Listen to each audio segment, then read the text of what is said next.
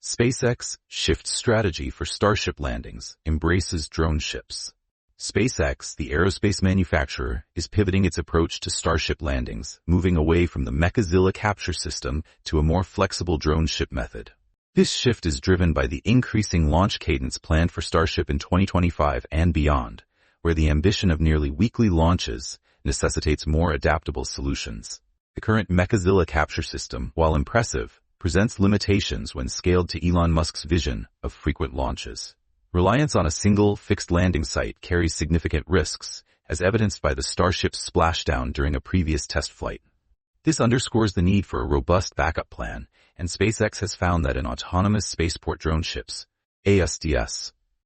These modified ocean-going barges, equipped with precise positioning systems and large landing platforms, offer unmatched flexibility. Unlike Mechazilla, which is anchored, ASDS can deploy in various ocean locations, optimizing Starship's return trajectory.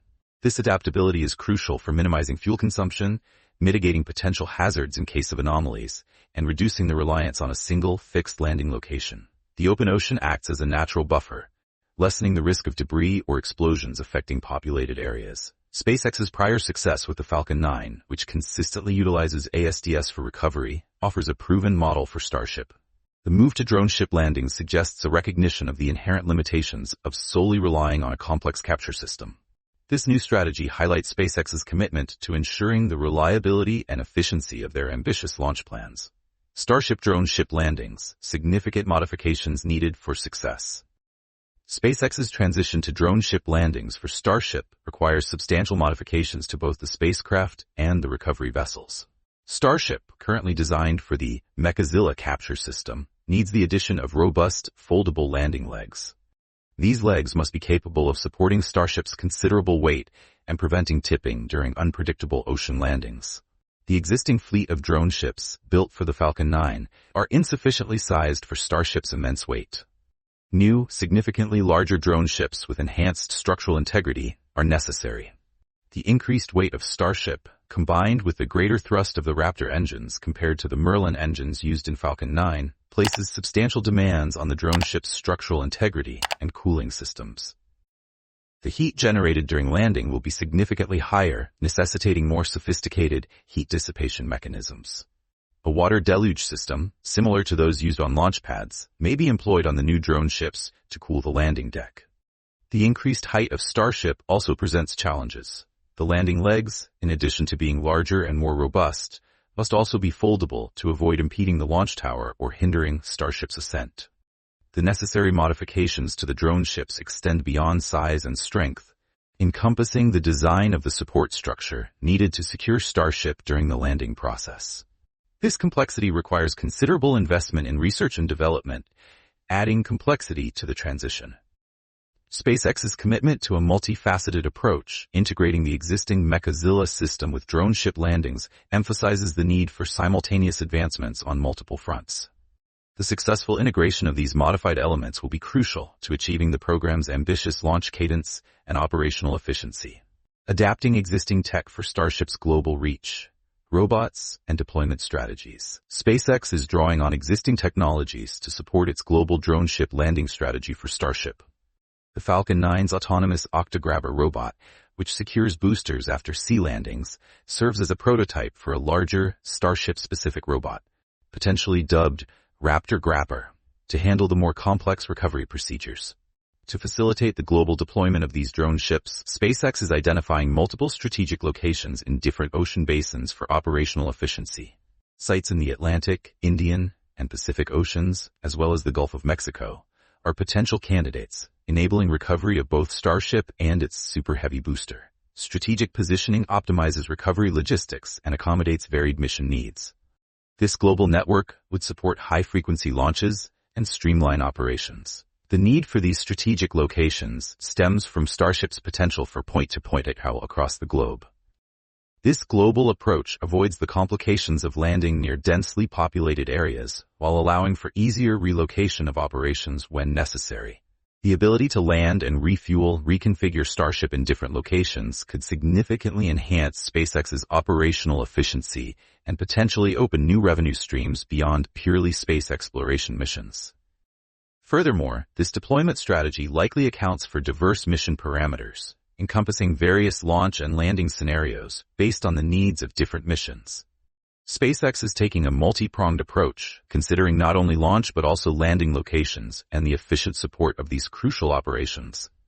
This comprehensive strategy reflects a dedication to operational flexibility and the scalability required for high-volume, global space operations. Drone ship landings, strategic advantages for Starship's ambitions. SpaceX's adoption of drone ship landings offers significant strategic advantages for Starship, particularly concerning payload capacity and global reach. The ability to land farther from launch sites is crucial for heavier payloads like the Super Heavy booster, allowing for the transport of larger quantities of cargo without the need for additional fuel. This strategy reduces the logistical challenges of returning to a fixed landing site, optimizing efficiency. The flexibility inherent in drone ship landings is a key advantage, particularly for Starship's potential for point-to-point travel across the globe. This mobility eliminates the need to establish numerous fixed landing sites, making operations more adaptable and facilitating easier relocation when necessary. This is critical in cases where landing near densely populated areas is undesirable or presents regulatory challenges. Moreover, water landings significantly mitigate environmental and regulatory concerns, offering a natural buffer against potential hazards and reducing noise and risk at launch sites.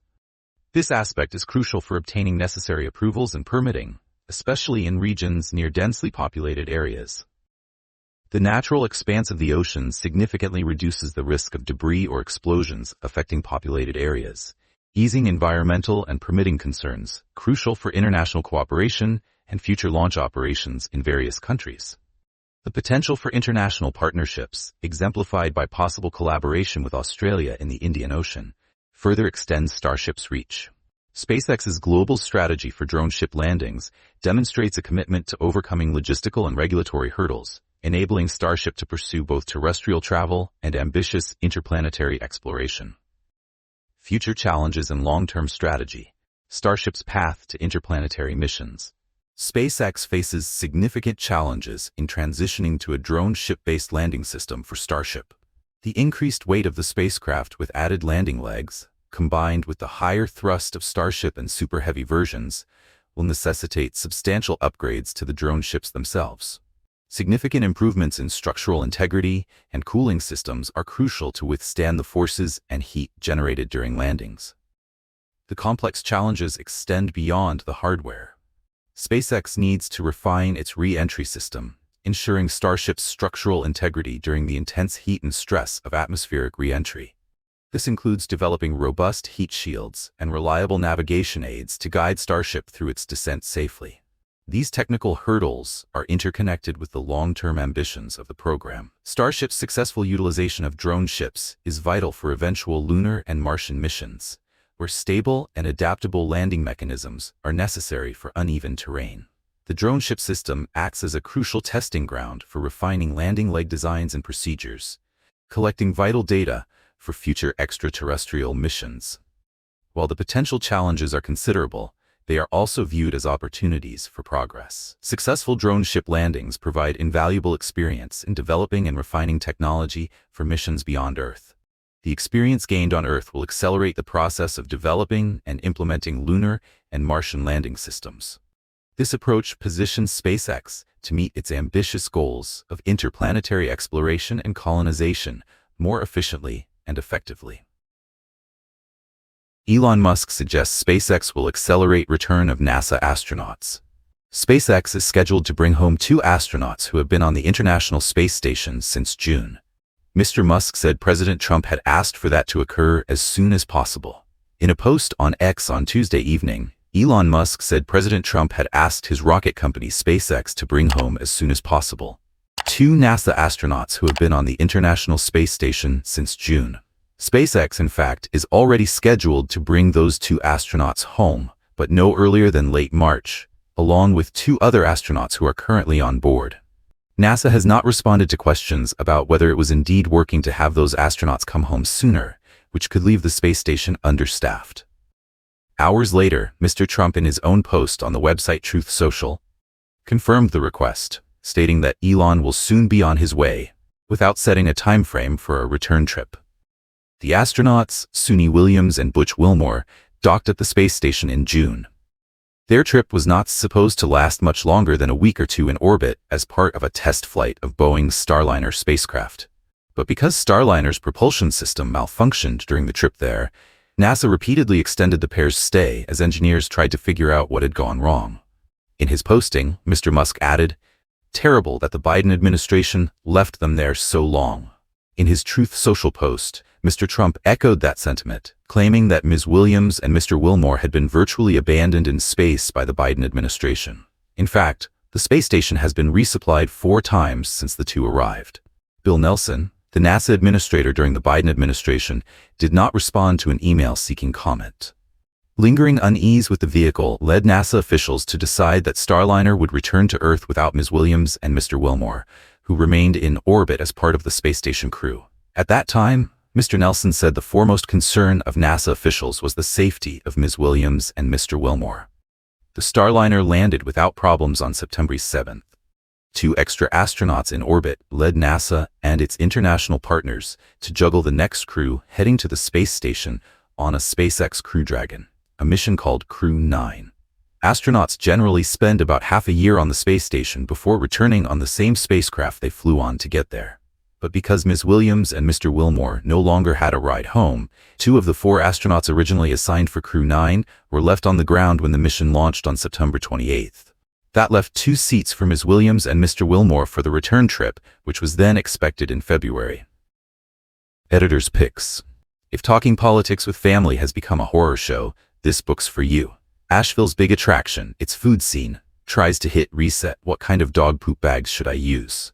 Before astronauts return, NASA prefers that their replacements arrive first to avoid periods of understaffing, which hampers scientific research on the space station and potentially leaves the smaller crew overwhelmed in case of an emergency.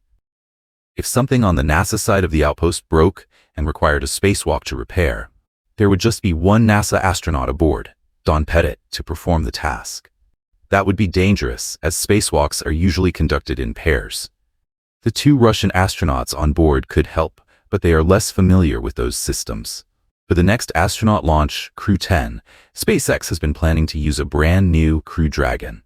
But in December, NASA announced that SpaceX needed more time to finish manufacturing and testing of the new capsule, and that the return of Ms. Williams and Mr. Wilmore had been delayed again to late March. NASA has avoided calling the astronauts stranded, as Mr. Musk did in his post. The space agency has repeatedly insisted that Ms. Williams and Mr. Wilmore are in good health and that their extended stay falls well within the range of other astronauts' times in orbit. Speeding up the return might present NASA officials with difficult choices. They could leave the station understaffed, with just 3 astronauts, 2 Russians, 1 American, instead of the usual complement of 7, until the new Crew Dragon arrives. In principle, NASA could have just Ms. Williams and Mr. Wilmore return and leave the other astronauts who launched in September in orbit. But that would leave those astronauts without a way to get back to Earth if they needed to evacuate. Or SpaceX could use one of its older Crew Dragons, possibly bumping astronauts from a scheduled flight to the space station in the spring on a private mission run by the company Axiom Space of Houston.